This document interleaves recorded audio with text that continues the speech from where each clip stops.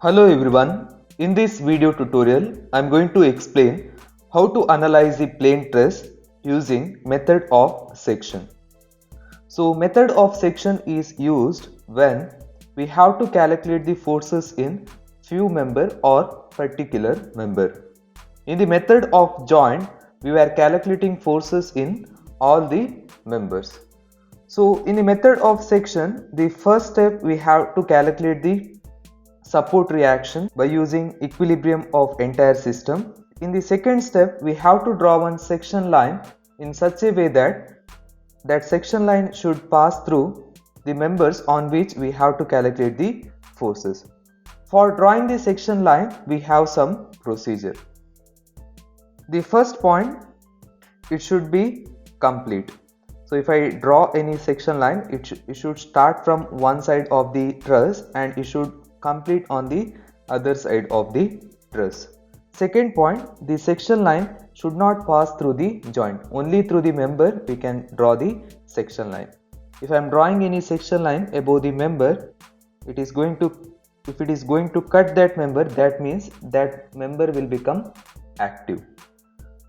So third point, the section line can pass through maximum of 3 members. One more clause is there. It can pass through more than 3 members, but that member should generate it from single point, or those members should meet at single point, then only it can pass through more than 3 members. After drawing the section line, that is fourth point, consider either left or right portion of the section line, whichever easy for the analysis. So after drawing the section line, either we have to consider left or right portion of the section line, then we have to apply the 3 equilibrium condition. Fifth point, moment equation of equilibrium can be applied on the point which is beyond the section line. So it is not necessary on the considered part we have to take the moment. Beyond the section line also we can take the moment of that system. So I have some example for showing how we can draw the section line. So in this case, first section line they drawn like this. This section line is allowed because it is complete and it is passing through only 3 members. They give one second section line, that is section line 2. This is not allowed because it may be passing through 2 members, but it is not complete. If I want to allow this, it should come like this. Now it is complete. Then I can use second section line. Third section line which is passing through joint D, which is not allowed. So therefore in this case section line 1 is allowed. Section line 2 is not allowed if it is passing through only DF and DE. Then section line 3rd is not allowed because it is passing through D. Now I am going to explain one problem using section method. Here we have our first problem in the method of section. The question is like this: determine the forces in member BC, BG, EG and GD of the truss shown in the figure by the method of section. The first step in the method of section, we have to calculate the support reaction. To calculate the support reaction, first I am going to draw the free body diagram of this system. So I taken that skeleton of the system. So at point A, we have one roller support. Roller support means it is having one reaction, that is in the vertical direction I will take VA. So on the point C, they given one hinged support which is having 2 reaction. Vertical reaction I will take VC. Horizontal reaction I am going to take in negative direction because 20 kilonewton, if I resolve it is going to move in the positive direction. Therefore I am going to take horizontal component of C, that is HC, in the negative direction. Then they given 30 kilonewton per meter. So I have to convert that into point load, then I have to apply on E and G. So the total load, that is 30 into span of that entire beam, that is UDL, therefore 4 meter. On each point it is going to act half of that one, so total it is 120. So on point G it is going to act 60, on point E it is going to act 60 kilonewton. So here I am going to apply 60 kilonewton. Also on this point it is going to apply 60 kilonewton, or else you can use the method of support reaction. So whatever the reaction for the below member, it is acting as a action. Then we have one inclined force. They given this as 90 degree. Therefore first I have to calculate this angle. So I can take this as theta, then I can take this as alpha. Alpha is equal to 180 minus theta minus 90 degree. So I have to calculate that alpha value. First I am going to calculate that theta. So I can take tan theta is equal to, opposite is 3 meter, adjacent is 4 meter, therefore 3 by 4, therefore theta is equal to, so we will get 36.87 degree. Therefore alpha I can calculate, alpha is equal to 180 minus 36.87 minus 90, therefore alpha is equal to, so we will get 53.13 degree. So I'm going to resolve that force in the horizontal direction, this 20 kilonewton. So angle is given with respect to horizontal, therefore horizontal component is cos, therefore 20 cos 53.13. Vertical component I can take 20 sin 53.13. So I taken that free body diagram of the entire truss. Now I'm going to apply the equilibrium condition to calculate the support reaction. So first condition I'm going to take, summation of horizontal forces is equal to 0. In this case we have only two horizontal forces. First one is HC, which is acting in negative direction, minus HC plus 20 cos 53.13 is equal to 0. Therefore HC is equal to 12 kilonewton.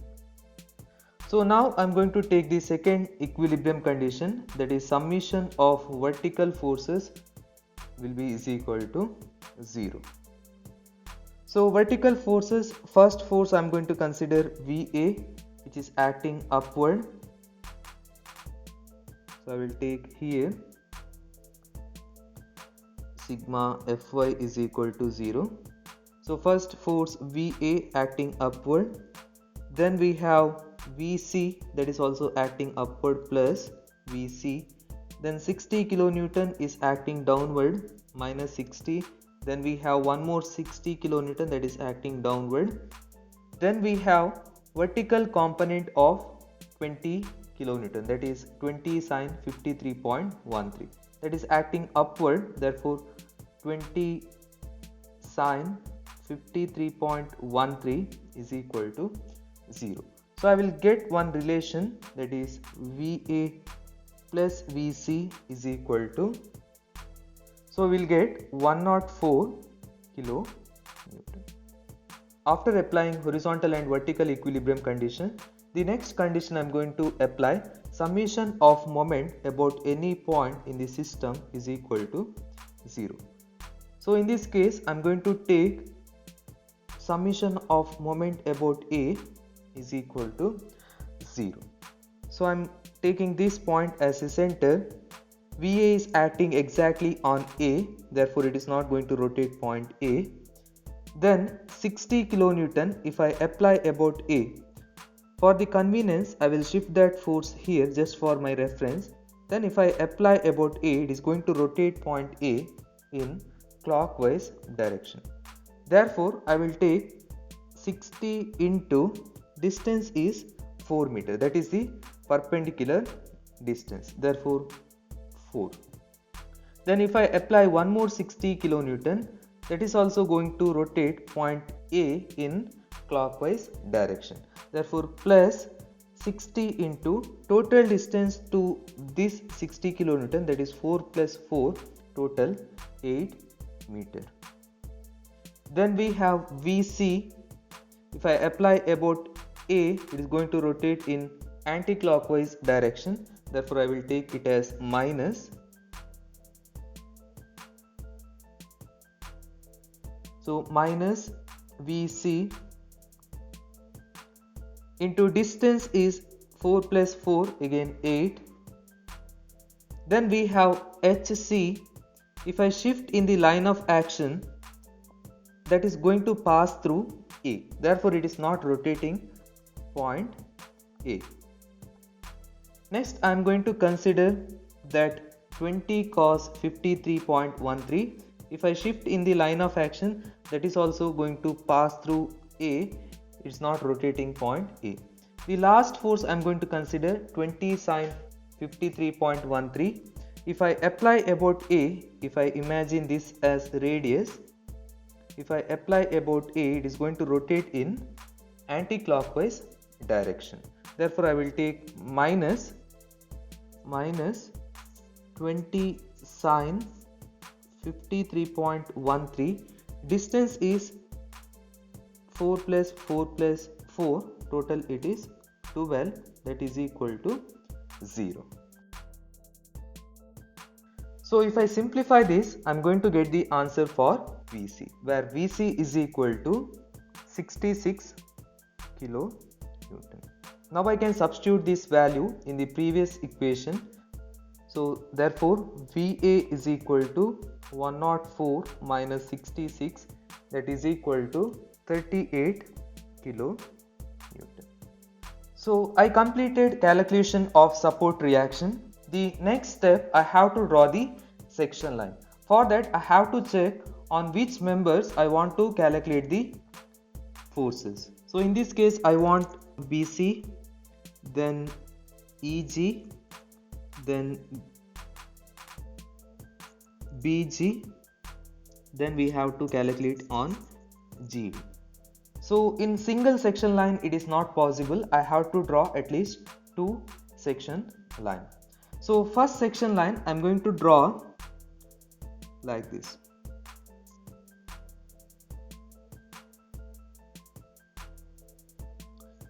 So this section line satisfy my basic condition. First thing, it is not passing through more than 3 members.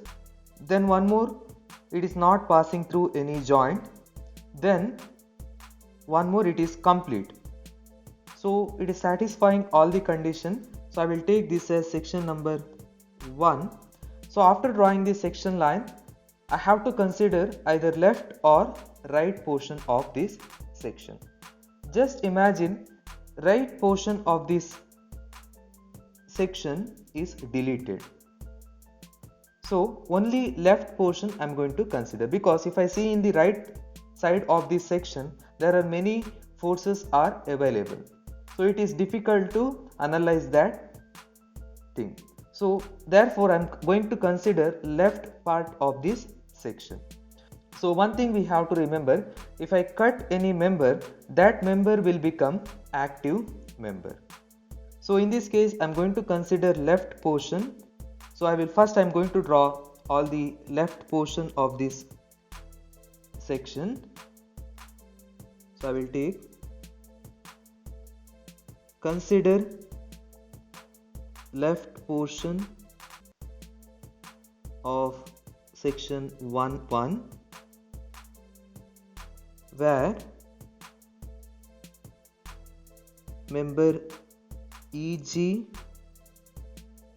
BG and BC are active member. This is very important. If I cut any member, it will become active member. So I will take left portion of this section.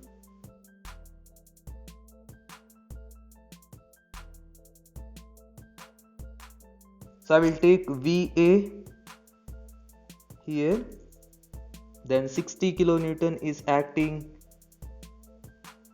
downward, then this member, that is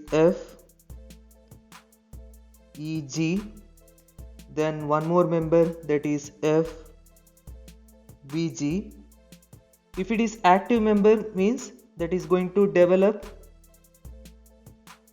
some force, FBG, then we have FBC.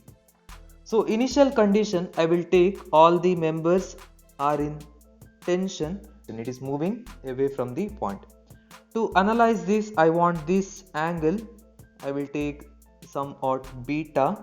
So if I want to calculate that beta, tan beta is equal to 3/4. Therefore beta is equal to, already we did this calculation, that is 36.87 degree. So I will take this as 36.87 degree. So again I want to repeat, we have to draw the section in such a way that it should pass maximum number of members on which we have to calculate the forces. So after that we have to consider either left or right portion of the section, then on which it is going to cut, that member will become active member. So after this I am going to apply the equilibrium condition on this system. It looks like coplanar non-concurrent force system. I can apply 3 equilibrium condition. First one, summation of horizontal forces is equal to 0, summation of vertical forces is equal to 0, summation of moment is equal to 0, because it looks like coplanar non-concurrent force system. In the second chapter we discussed all the problems related to this. So first I am going to consider summation of vertical forces is equal to 0. So VA is acting upward, so I will take the value directly. In the previous case we calculated VA is equal to 38 kilonewton, so I will take that value. So 38 kilonewton is acting upward, then 60 is acting downward, it is here. So I considered this, 60 is acting downward. So EG is acting exactly on horizontal direction, there is no vertical component. FBC also acting exactly horizontal, there is no vertical component. If I resolve that FBG, so angle is given with respect to horizontal, vertical component is going to move like this. I will take that as plus FBG. So angle is given with respect to horizontal, I am resolving in vertical, therefore it is sine component, that is 36.87 is equal to 0. So I considered all the forces. So if I simplify this, I am going to get the value of FBG. So we will get 36.67 kilonewton. So now I am going to apply second condition. So I completed this condition. Summation of horizontal forces is equal to 0. So horizontal forces, in this case VA is acting exactly upward, there is no horizontal component. Then 60 exactly acting downward, there is no horizontal component. FEG acting exactly horizontal, I will take as it is, that is acting in positive direction. FBC is also acting towards rightward, therefore I will take positive FBC. Then FBG, if I resolve in horizontal direction, the horizontal component will be cos, it is going to act in positive direction, therefore plus FBG cos 36.87 is equal to 0. So I am going to apply FBG value, therefore FEG plus FBC plus 36.67 cos 36.87 is equal to 0. So I will take this as equation number 1. I am going to apply third equilibrium condition. Because it is coplanar non-concurrent force system, I can apply third equilibrium condition. So that is summation of moment about any point is equal to 0.